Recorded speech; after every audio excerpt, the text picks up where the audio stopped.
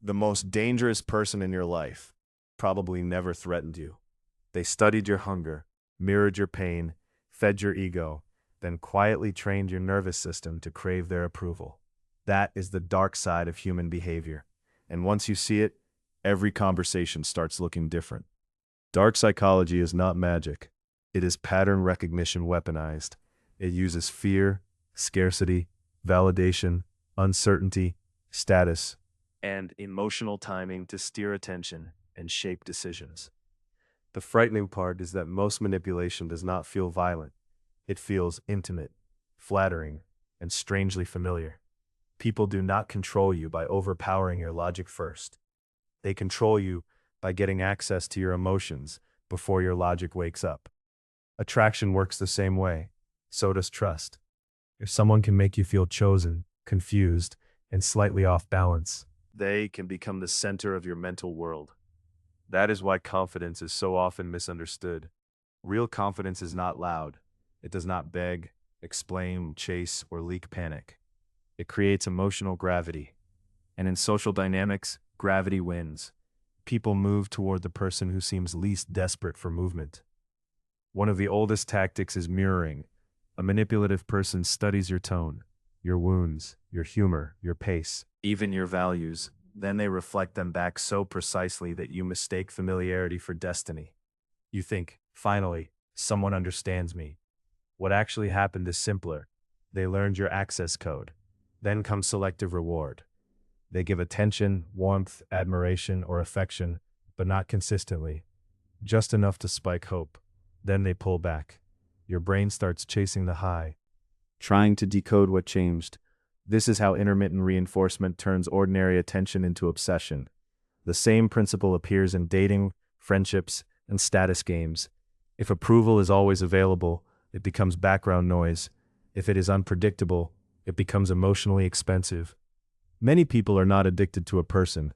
They are addicted to the cycle of relief that person controls. Another tactic is strategic ambiguity. They give signals, a long stare, a late-night message, a compliment with distance attached, a promise that sounds real but never lands. Ambiguity is powerful because your mind fills empty spaces with fantasy, and fantasy is often stronger than truth. This is why uncertainty can intensify attraction. Not healthy love, attraction.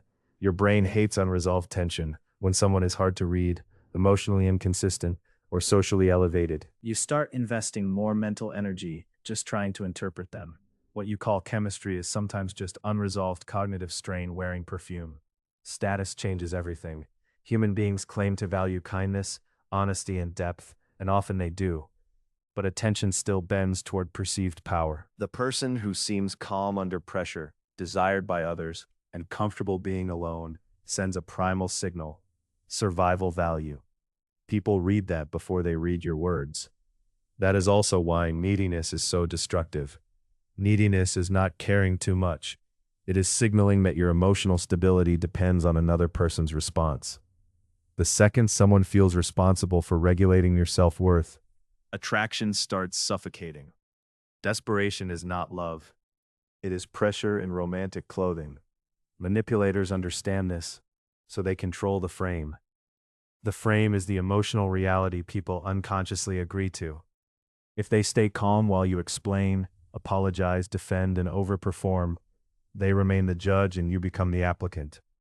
Whoever controls the frame controls the perceived truth. Watch how guilt gets used. Not obvious guilt, subtle guilt. They act wounded. If you question inconsistency, they accuse you of overthinking.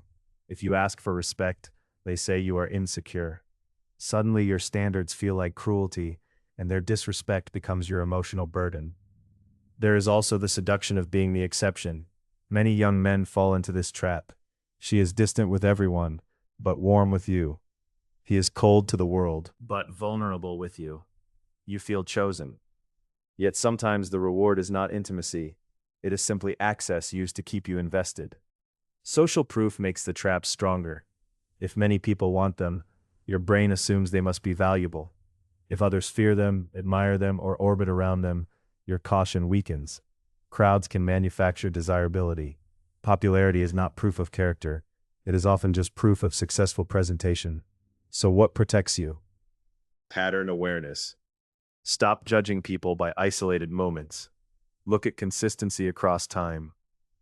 Anyone can perform sincerity for an evening. Character is what remains when charm gets bored. If their words calm you but their pattern destabilizes you, trust the pattern. Second, build internal validation. The less you need to be chosen, the harder you are to control. Manipulation feeds on emptiness, especially the emptiness that says, if this person wants me, then I matter. Confidence begins when your worth stops negotiating with other people's moods. Third, master emotional restraint, not suppression, restraint. You do not need to reveal every wound, answer every message instantly, or react to every provocation. Power often belongs to the person who can feel deeply without becoming easy to steer. Your emotions are real. they just should not be publicly hackable. And here is the uncomfortable truth. Dark psychology works because it exploits needs that already live inside you. The need to be seen, desired, respected, safe, significant. Eliminate those needs entirely? Impossible. But understand them, and you stop handing strangers the map to your mind. In the end, the darkest revelation is this. Most control does not look like force. It looks like attraction, attention, chemistry, and emotional coincidence. People rarely enter your life saying, I want power over you. They just learn what your loneliness will allow, and many never need to lie twice.